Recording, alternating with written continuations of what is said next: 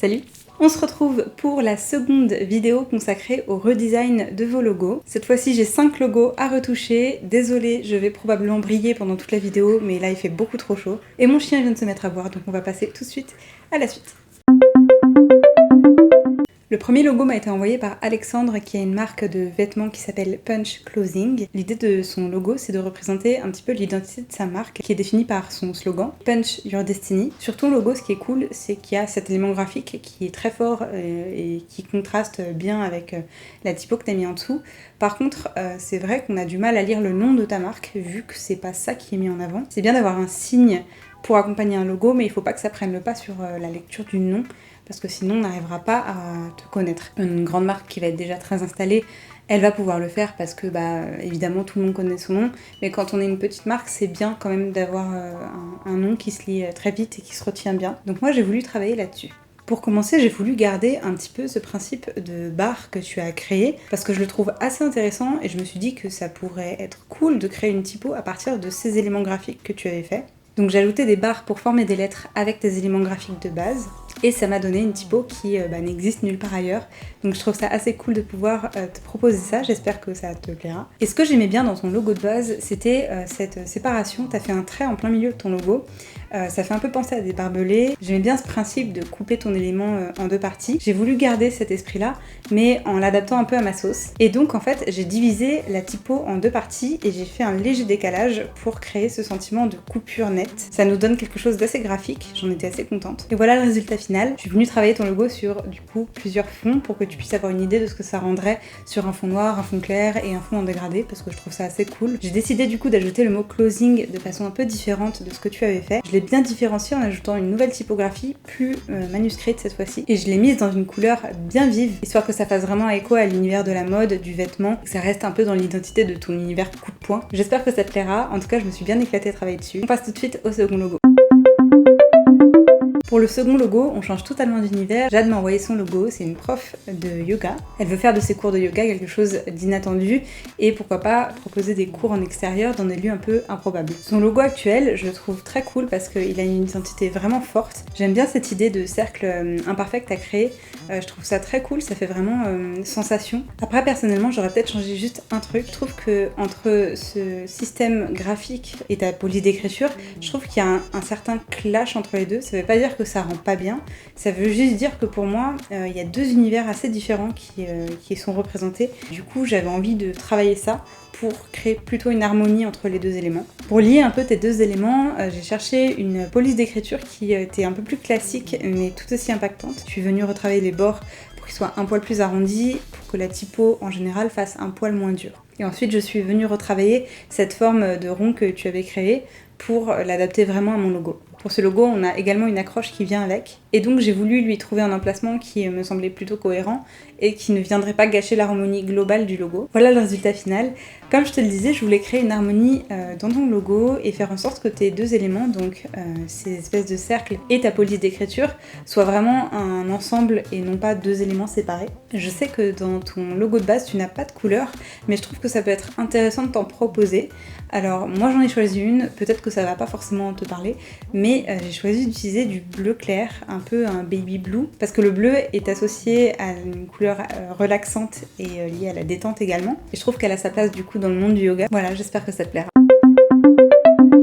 Le prochain logo m'a été envoyé par Chloé qui fait de l'aménagement en intérieur, soit accessibilité ou décoration. Elle voulait que je lui donne mon avis sur son logo et que je lui fasse des petits retours si j'en avais. Pour commencer, je voulais te le dire, ton logo je le trouve à la base assez joli, c'est des choses qu'on voit de plus en plus en ce moment au niveau justement de la décoration d'intérieur principalement. Ça fait une sorte de tampon, c'est très élégant, moi j'aime bien ce style. Mais si j'ai des petits retours à te faire, et il n'y en a pas beaucoup, mais ça a son importance, j'ai pu remarquer qu'il y avait au moins 4 typos différentes dans ton logo. Alors ça pourrait paraître anodin pour certains, mais c'est vrai que plus on a de polices de caractères différentes dans un logo, plus il va être confus. Donc de base, je savais que je voulais réduire le nombre de polices d'écriture utilisées dans ton logo. Et je voulais faire aussi une toute petite aparté.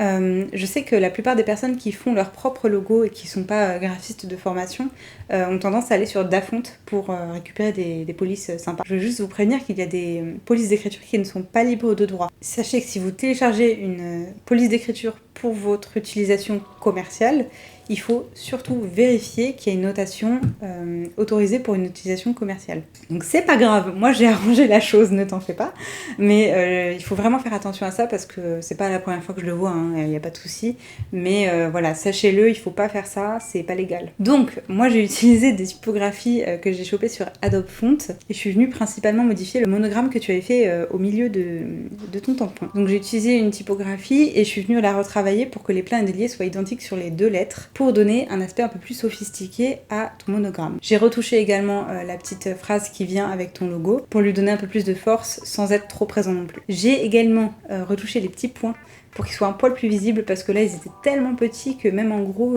on les voyait pas trop. Donc je préfère que s'il y a un élément graphique on le voit. Donc voilà, je suis venue retravailler ça également. Voilà le résultat. Je vois une charte graphique avec des couleurs qui sont très jolies donc j'ai pas voulu les retoucher. Du coup je t'ai posé ton logo sur ces couleurs. J'espère que ça te plaira. Le logo suivant m'a été proposé par Loris, qui est étudiant en design graphique et qui a dû créer sa propre charte graphique. Loris a décidé de mettre en avant quelque chose qui n'est pas franchement banal. Il est né le jour de l'éclipse solaire en 99. Et donc il m'a envoyé son logo pour que je lui donne mon avis là-dessus. En tout cas, je trouve que ton concept de base est vraiment très cool. Ça va forcément amener des questions de la part de ceux qui le verront. Ils vont me demander pourquoi tu as mis cet élément-là en particulier. Et du coup, je trouve que c'est un petit plus dans ta charte graphique d'utiliser ça. Donc je voulais pas enlever cet élément-là. Par contre, je voulais le revoir et le retravailler d'une différente manière. Au départ, je m'étais dit pourquoi pas représenter concrètement la galaxie au moment où il y a eu l'éclipse solaire. Et puis finalement, je me suis un peu ravisée parce que je trouvais que cet élément était trop graphique et il prenait trop d'importance dans un logo, ça n'avait pas sa place, je trouvais. Mais j'ai quand même gardé la base de ce que j'avais fait, puisque du coup j'avais travaillé les 3 planètes / astres sur une ligne définie, et donc j'ai choisi de les garder comme ça pour voir ce que ça pourrait rendre seul, sans les cercles qui allaient avec. Du coup j'ai juste posé mes éléments graphiques à côté de ton nom, et je trouvais que déjà ça apportait quelque chose d'assez intéressant. Tu m'as dit que tu recherchais un peu plus de symétrie, et du coup je me suis dit pourquoi pas créer du coup ces éléments graphiques au milieu de tes 2 mots, pour qu'il y ait une bonne balance entre les deux. Du coup voilà le résultat. Pour ceux qui se posent la question, j'ai utilisé une couleur que Loris m'avait donnée, puisque pour lui c'est un peu symbole du coucher de soleil et en même temps de quelque chose d'assez dynamique. Et comme tu peux le voir, j'ai travaillé sur 2 mises en page différentes pour ton logo. Je savais pas ce que tu préférerais, si je devais rester assez proche de ce que tu avais fait en termes de placement de tes mots, ou si tu préfères que je reste sur une ligne assez droite et simple, puisque je sais que tu avais fait des tests dans ce sens-là. Écoute, j'espère que ça te plaira, je sais que ça sort un tout petit peu de ce que tu avais fait. J'aimais bien ce petit éclat de lumière que tu avais mis sur ton logo de base. Ça me fait un peu penser à l'univers du logo de la NASA. Après, c'est vrai qu'en noir, là, ça passait bien, mais dans ta couleur un poil plus rosé saumon, honnêtement, moi ça me faisait un peu penser à une tomate et du coup j'étais un peu gênée de retravailler ça de la même manière parce que je voulais pas qu'on puisse assimiler cet élément graphique à autre chose qu'à une planète et un soleil. Donc j'ai préféré travailler sur une forme très classique, j'espère que tu comprendras l'idée. On passe tout de suite au prochain logo.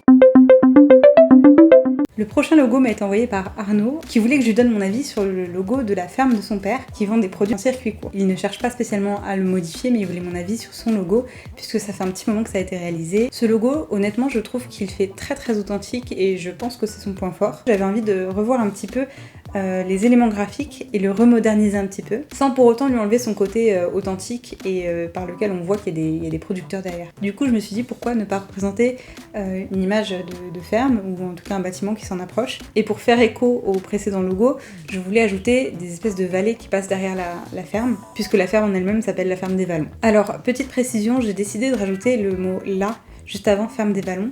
C'est vrai que marketingment parlant, ça peut aussi donner un petit côté un peu plus proche du producteur. Donc voilà, je sais pas si c'est quelque chose qui pourrait t'intéresser, mais moi je trouvais ça intéressant d'ajouter ce petit mot pour donner un petit côté plus sympathique et unique. Au début, j'ai travaillé avec une police d'écriture un peu classique et je me suis dit que ça pouvait être intéressant de le travailler également à la main pour rester dans l'idée de ce qui avait été fait un petit peu avant. J'étais assez contente de cette première version et je me suis dit que ça pouvait être cool d'en faire une autre. Du coup, j'ai voulu faire une seconde version un peu plus originale. Du coup, je sais pas si ça va t'intéresser, mais je trouvais ça cool de pourquoi pas te proposer quelque chose donc de vraiment manuscrit à fond et en fait de créer donc des mots qui viennent se placer sous la forme de vallées. Donc je voulais créer ça pour que le texte en lui-même évoque un univers et un emplacement. C'est fini pour aujourd'hui, j'espère que ça vous aura plu. N'hésitez pas à me lâcher un petit pouce si c'est le cas et à vous abonner si vous voulez voir d'autres vidéos de ce genre.